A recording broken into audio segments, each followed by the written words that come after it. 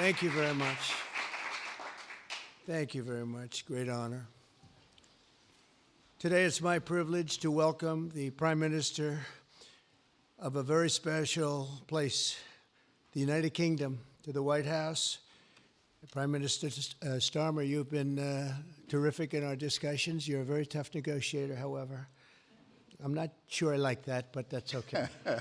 Very, very special person. The Prime Minister and I have gotten off to an outstanding start. The U.S. and U.K. have a special relationship, very special, really like no other, passed down through the centuries, and we're going to keep it that way. We're going to keep it very strong as it is. Very importantly, I was just notified by letter from King Charles that he's extended through the Prime Minister a historic second state visit to the United Kingdom.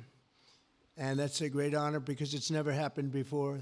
One person has never been extended that honor, and I really do call it an honor, but it's not for me, it's for our country. It's respect for our country. So I just want to thank you, and I want to thank King Charles. Thank you very much, and we accept. I don't know if the media is going to follow us. I have a feeling they might. Okay, thank you very much. Appreciate it. I'm pleased to say that the bust of one of the Prime Minister's greatest predecessors, Winston Churchill, is now back in the rightful place in the Oval Office, and we're very proud of it. Our meeting today and the various breakout sessions we had were tremendously productive. Most importantly, I provided the Prime Minister with an update on our efforts to end the bloody and horrible war in Ukraine with Russia, which would never have happened if I were president. That was not going to happen. I promise you that. After 3 years of hellacious conflict, approximately 1 million Ukrainians and Russians have been senselessly killed, but the number, I believe, is much higher than that. Countless schools, hospitals, towns, and beautiful ancient churches have been absolutely obliterated. To begin the process of ending this spiral of death, I had historic back-to-back calls with President Putin, very successful calls, I might add, and President Zelensky, and my team also spoke with the Secretary General of NATO on numerous occasions, and we're working very hard to get that war brought to an end. I think we've made a lot of progress, and I think it's moving along pretty rapidly. And I want to thank all of the people that are here that have been working on it. And we'll let you know what happens. It'll either be fairly soon or it won't be at all. In addition, this week I met with President Macron of France, as you know, and held talks with members of the G7. Tomorrow, the progress toward peace will continue when President Zelensky visits the White House. He'll be here tomorrow in the early part of the day, and we'll be signing a historic agreement that will make the United States a major partner in developing Ukraine's minerals and rare earths and oil and gases, and we have a great understanding. I think it's going to be great for Ukraine. We're going to be at the site, and we'll be digging. We'll be digging. Dig we must. A big utility in New York, Con Edison, they used to have a sign, dig we must, and we will be digging. But much of the European aid to Ukraine has been sent in the form of loans for which they expect to be paid back, and we didn't have that honor under the Biden administration. He sent money, or just sent it, money after money after money, and never had any knowledge of ever seeing it back. Maybe $300 to $350 billion, but under the breakthrough agreement, very unusual, which everyone said was difficult to get, but it's really very good for Ukraine and very good for us. The American taxpayers will now effectively be reimbursed for the money and hundreds of billions of dollars poured into helping Ukraine defend itself, which by and of itself is a very worthy thing to do. We've paid far more than any other country, and with most of our support, it's been paid in military, the finest weapons anywhere in the world.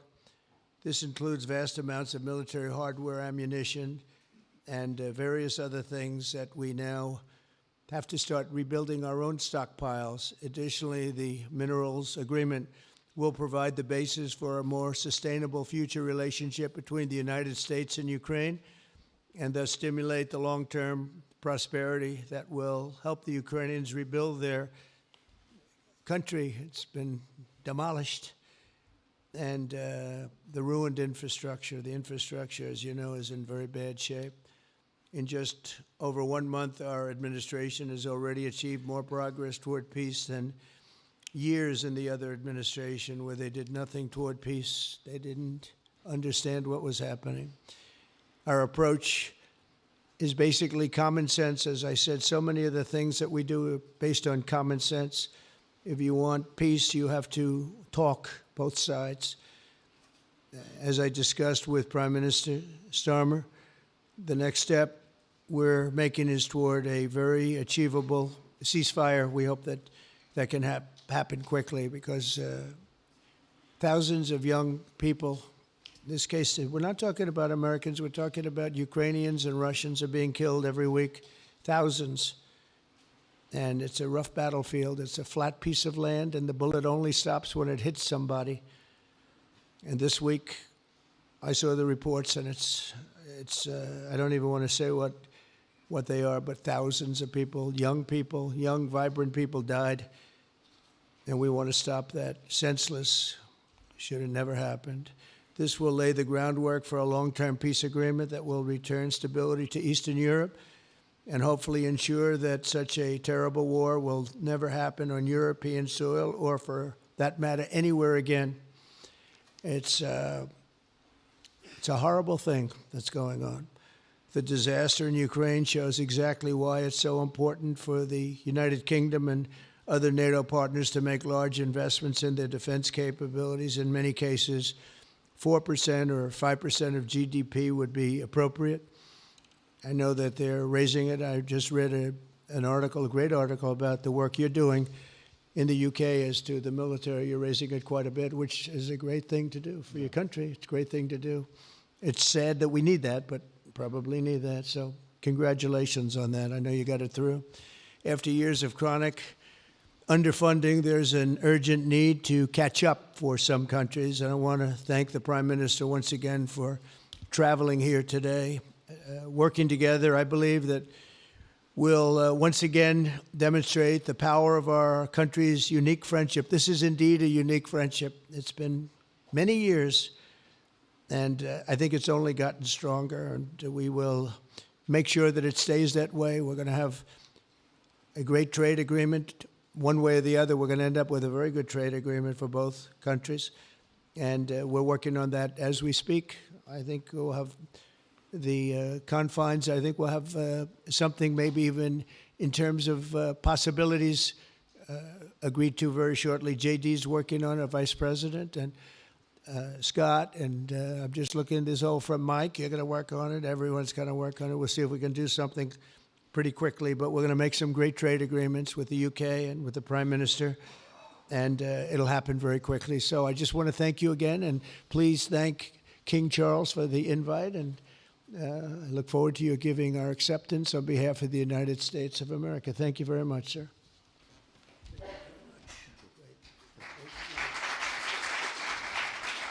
Thank you. Well, thank you very much, Mr. President. Thank you for your hospitality. Thank you for your leadership. This has been a very good and very productive visit. And with your family roots in Scotland and your close bond with His Majesty the King, it's good to know that the United Kingdom has a true friend in the Oval Office. And it was so good to see the bust of Winston Churchill back in its rightful place just a moment ago. But look, in a moment of real danger around the world, this relationship matters more than ever. We remain each other's first partner in defence, ready to come to the other's aid, to counter threats wherever and whenever they may arise. No two militaries are more intertwined than ours. No two countries have done more together to keep people safe. And in a few weeks, we mark VE Day, the 80th anniversary of victory in Europe. Britain and America fought side by side to make that happen. One of the greatest moments in our history. We stand side by side still today, and we're focused now on bringing an enduring end to the barbaric war in Ukraine. Mr. President, I welcome your deep and personal commitment to bring peace and to stop the killing. You've created a moment of tremendous opportunity to reach a historic peace deal, a deal that I think would be celebrated in Ukraine and around the world. That is the prize. But we have to get it right.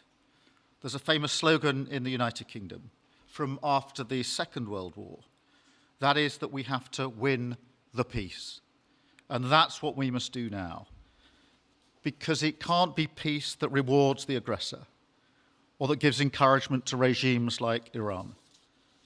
We agree history must be on the side of the peacemaker, not the invader. So the stakes, they couldn't be higher. And we're determined to work together to deliver a good deal. We've discussed a plan today to reach a peace that is tough and fair, that Ukraine will help shape, that's backed by strength, to stop Putin coming back for more. I'm working closely with other European leaders on this, and I'm clear that the UK is ready to put boots on the ground and planes in the air to support a deal, working together with our allies, because that is the only way that peace will last. Mr. President, in this new era, you're also right that Europe must step up. And let me tell you now, I see the growing threats we face, and so the UK is all in. This year we'll be giving more military aid to Ukraine than ever, and just this week I've set out how we're shouldering more of the security burden. We're already one of the biggest spenders in NATO, and now we're going much further, delivering Britain's biggest sustained increase in defence spending since the Cold War. This isn't just talk, it's action, rebalancing the transatlantic alliance, making us all stronger, and standing up for our shared values and shared security, as Britain always has. And Mr. President, it's no secret we're from different political traditions, but there's a lot that we have in common. We believe it's not taking part that counts. What counts is winning. If you don't win, you don't deliver. And we're determined to deliver for the working people of Britain and America, who want and deserve to see their lives improve. So we're both in a hurry to get things done, and that's what the UK and US do when we work together. We win and we get things done. So we'll do what it takes to keep our people safe.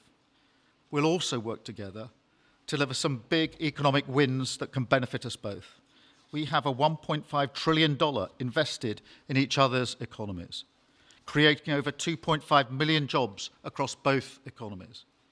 Our trading relationship is not just strong, it's fair, balanced, and reciprocal. We're leaders together in so many areas, ranked 1 and 2 in the world as investment destinations, 1 and 2 for universities, 1 and 2 for Nobel Prizes, 1 and 2 in golf as well, by the way. And we're the only 2 Western countries with trillion-dollar tech sectors, leaders in AI. And look, we take a similar approach on this issue. Instead of over-regulating these new technologies, we're seizing the opportunities that they offer. So we've decided today to go further, to begin work on a new economic deal with advanced technology at its core. Look, our 2 nations together shaped the great technological innovations of the last century. We have a chance now to do the same for the 21st century. I mean, artificial intelligence could cure cancer. That could be a moonshot for our age. And that's how we'll keep delivering for our people. There are so many opportunities. Keep our nation strong and fulfill the promise of greatness that has always defined this relationship. Finally, to underline the importance of this bond. It was my privilege and honour to bring a letter with me today from His Majesty the King, not only sending his best wishes, but also inviting the President and the First Lady to make a state visit to the United Kingdom, an unprecedented second state visit. This has never happened before. It's so incredible, it will be historic. And I'm delighted that I can go back to His Majesty the King and tell him that President Trump has accepted the invitation. So thank you. Our teams will now work together to set a date, and we look forward to welcome you in the United Kingdom. Thank you once again. Thank you very much. What a beautiful accent. I would have been president 20 years ago if I had that accent. Thank you very much. Okay, let's see here. Go ahead, please. Thank you, Mr. President. Earlier today, you told me that you believe that foreign countries pay tariffs, but Americans who are concerned about higher prices believe, as most people do, that they're paid by consumers and importers when they import things into this country. Can you explain how you came to this belief that foreign governments are paying tariffs? And for the Prime Minister, did you discuss with President Trump his repeated statements of desire to annex Canada? And has the King expressed any concern over the President's apparent desire to remove one of his realms from his control? So I'll go ahead. The first part, the tariffs are necessary because we've been treated very unfairly by many, many countries, including our friends, friend and foe. But we've been treated very unfairly in trade at levels that nobody's really ever seen before, and especially under the Biden administration, they really took advantage of the United States. I put massive tariffs on China during my 4 years. We had the best economy in the history of our country. Probably the best economy, maybe the best economy in the history of the world. And I used tariffs to even things up. And in particular with China, we took in hundreds of billions of dollars and we had no inflation. And it's a myth. It's a myth that's put out there by foreign countries that really don't like paying tariffs, and especially to even up. So we've been treated badly by a lot. We're using tariffs.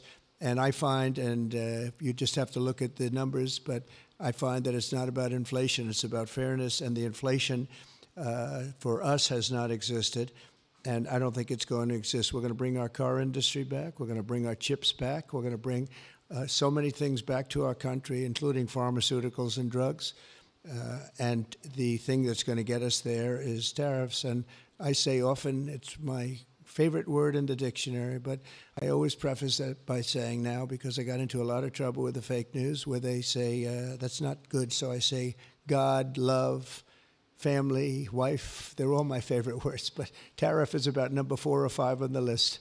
But I will tell you, it's going to make our country rich, and it's going to stop us from being a laughingstock all over the world, because we have been taken advantage of like no country has ever been taken advantage of. Thank you very much. And look, we had a really good discussion, a productive discussion, a good discussion, as a result of which our teams are now going to be working together on an economic deal. Our teams are going to be working together on security in Ukraine. You mentioned Canada. I think you're trying to find a divide between us that doesn't exist. We're the closest of nations, and we had very good discussions today, but we didn't discuss Canada. Thank you. Please. Go ahead. Go ahead. Yes. Thank you. Hi, Natasha Clark from LBC. Mr. President, you've said you're working on a new trade deal with Britain, which we of course welcome. President Obama once said Britain was at the back of the queue for that trade deal. Where are we now? When do you think we're going to see that? And Prime Minister, the BBC has today admitted serious flaws over the recent Gaza coverage, suggestions of payments made to people linked to Hamas. Does the BBC still have your trust? Thank you. Well, they didn't do well with President Obama. He'd never got a lot of things done, and he didn't get a trade deal done that was of any importance or magnitude. We've had great discussions on trade, and I think we're going to have a deal done rather quickly as it can be done. We're going to have something, I think, rather quickly. We expect to do that. Okay? Please. On the BBC, look, I've been concerned about the programme in question. The Secretary of State had a meeting with the BBC. I think it was yesterday, could have been the day before. Thank you. Jeff, go ahead. Thank you, sir. Pardon me. Mr. President, do you support Article 5 of the NATO treaty? And are you concerned that it might be triggered if European peacekeeping forces end up in Ukraine? I support it. I don't think we're going to have any reason for it. I think we're going to have a very successful peace, and I think it's going to be a long-lasting peace. And I think it's going to happen hopefully quickly. If it doesn't happen quickly, it may not happen at all. And we want it for two reasons. Number one, I want to see on a humane basis, I want to see soldiers stop getting shot, because largely it's soldiers now. Towns have been obliterated, but it's largely that. And I don't want to pay billions and billions and billions of dollars, nor does the Prime Minister or anybody else, on a senseless war that should have never happened. And we're going to get it taken care of. But I think it's going to be a peace that's going to be long-lasting. Do you have a question for the Prime Minister? Thank you. Mr. Prime Minister, you were asking the President today about a backstop for Europe if the peacekeeping force ends up in Ukraine. Did you feel like you got a satisfying answer for yourself and for Europe? And Mr. President, if you want to comment on that as well, please do.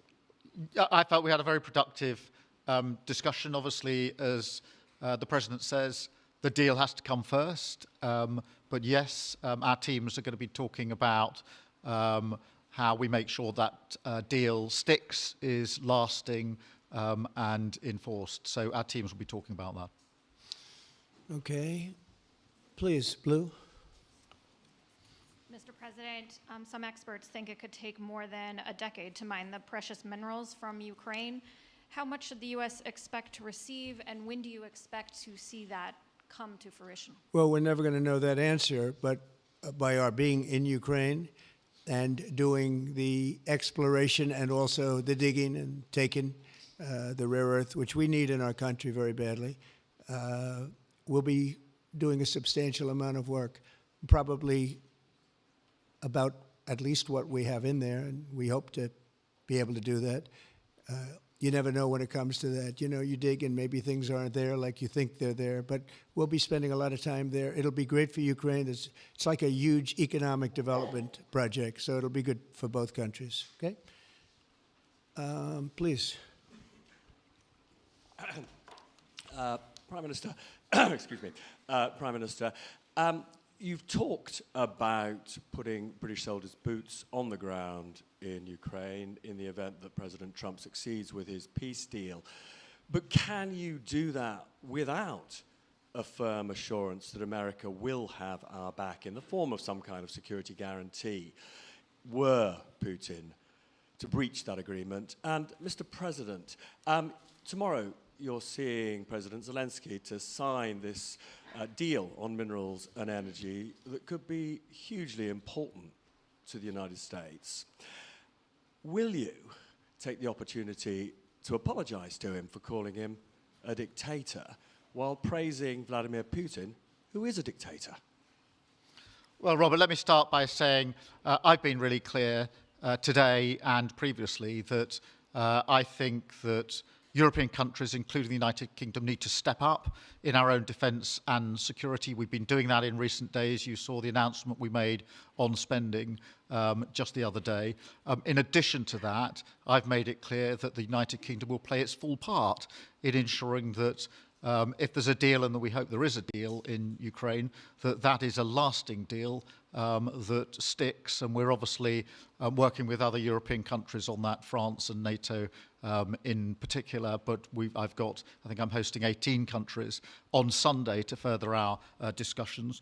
You heard from the President this morning that, you know, as historically has always been the case, we have each other's backs. And today we've been talking about the deal, how that will be a lasting deal.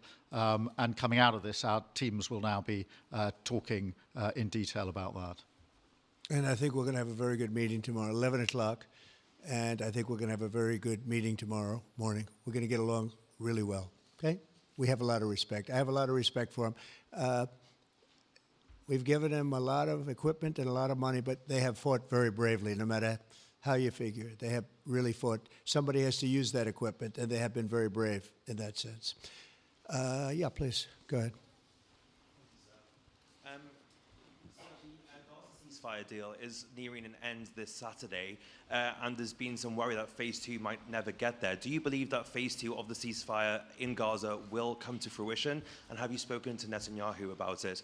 And for the Prime Minister, this peacekeeping deal has been pushed forward by the UK and France as well. Have you been in discussions with any other European countries to join this initiative? And are you expecting Commonwealth countries to also join the effort? Thank you. So we're working very hard in the Middle East and Gaza and all of the problems, and it's been going on for years and years and centuries and centuries. It's a tough neighborhood, but it could be a very beautiful neighborhood, and I think we're going to come up with some pretty good solutions. But phase 1 is almost complete. We've had some people that have been very seriously injured, very seriously hurt, both physically and mentally. They've come out of there in some of them in very, very bad shape. It's shocking. Many young people aren't in bad shape. Young people are strong, healthy. They don't die. People have come out dead, young people and old people. It's a rough situation, but I think we're going to make it much better, and I think that we've had a huge impact on that since we've been in just the 4 weeks. I think we've had a huge impact on Gaza, the Middle East, and we have some pretty good talks going on concerning lots of other people that are going to make it better. So we'll see what happens. Nobody really knows, but we'll see what happens. But I think we've had a very positive impact. Prime Minister? Yeah, on the question of the European countries, yes, I've spoken to a number of countries, particularly in the last few weeks. We had a meeting in Paris last week. I've got a meeting on Sunday with 18 countries to further our discussions. Obviously, we've been talking quite intensely to our French colleagues and to NATO, but to other countries as well, because, as I say, I think it's important for European countries, including the United Kingdom, to step up and do more in the defence and security of Europe and our continent and the United Kingdom, and we'll do so. Well, we're talking to a number of other countries. Thank you. Yes, in the red, please. Pink red, flaming red. Is it me or her? Go ahead. Okay, thank you, Mr. President. A question on Ukraine. Number one is, if you're not considering the security guarantees, are you open to other forms of, for example, intelligence cooperation with Ukraine? And Mr. Prime Minister, President Trump has proposed a plan for Gaza. Does this fit into the two-state solution that the UK held for a long time? Do you see it fit into your general Middle Eastern strategy? Thank you so much. Yeah, thank you very much. We're open to many things, but before I even think about that, that's almost pleasant to think about because that would mean that peace has been arrived at. We have to arrive at that peace. And, you know, you went 3.5 years with an administration that never even really had a meeting. They didn't have a meeting on peace. And there was no prospect of peace. I think, frankly, Russia wanted to go through the whole long deal. I don't think they do anymore. I don't think they do. We had a very big impact on that whole situation. But I don't like talking about phase 2 until I get phase 1. Phase 1 is I have to make peace. And we have to get Russia to agree. We have to get Ukraine to agree. And I think we will, I think we've come a long way. I believe we're going to get it done. I wouldn't say that if I didn't think so. And I think it will be very important, very historic, and we're going to save a lot of lives. On the question of Gaza, the last few weeks of the ceasefire have been very impactful. And for me, there are 2 images that I remember more than any other. The first is Emily Damari, who is British, being reunited with her mother. You may remember she had her fingers missing after what she endured. That was an incredible moment. I'd spent a lot of time with her mother whilst she was held captive, and her mother went through absolute torture. The other image was thousands of Palestinians marching through rubble, trying to return to their communities and their homes. So we have to do everything we can to ensure that the ceasefire continues, so that more hostages can be returned, so that aid can be brought in that's desperately needed. We need to allow Palestinians to return and to rebuild their lives, and we must all support them in doing that. And yes, I believe that the two-state solution is ultimately the only way for a lasting peace in the region. And think of that, she came home with her fingers and part of her hand blown off. That's terrible. How bad does it get? And we had others that came home in much worse shape than that. Yeah. It's a terrible situation. Please, yes. Thank you. Mr. President, did our Prime Minister persuade you not to put tariffs on the UK? And if I may, Prime Minister, do you think that Vladimir Putin is a man who will keep his word? Thanks. He tried. He was working hard, I'll tell you that. He earned whatever the hell they pay him over there. But he tried. I think there's a very good chance that in the case of these two great friendly countries, I think we could very well end up with a real trade deal where the tariffs wouldn't be necessary. We'll see. But he earned whatever they pay him. He earned today. He was working hard at lunch, and I'm very receptive to it. I think in all fairness, in all seriousness, I think we have a very good chance at arriving at a very good deal. JD and Scott and Howard, all the people are working on it, and I think we have a good chance at arriving at a deal that could be terrific, really terrific for both countries. Okay? Thank you. On the second part of the question, I think my views on Putin are pretty well rehearsed and pretty well known. My concern is that if there's a deal, and I hope there is a deal, that it must be a lasting deal, that it's not a temporary measure. And that is why I think it's really important that Putin knows that this deal, a historic deal, which I very much hope comes about, is there, and it's a lasting deal, and that we're able to deal with any inclination he has to go again or go further. I think we'll have two deals. I think we'll have a deal on ending the war, and I think we're going to end up with a great trade deal with you. And it's an honor to be with you, and I want to thank everybody very much. Thank you very much. Thank you. Thank you very much.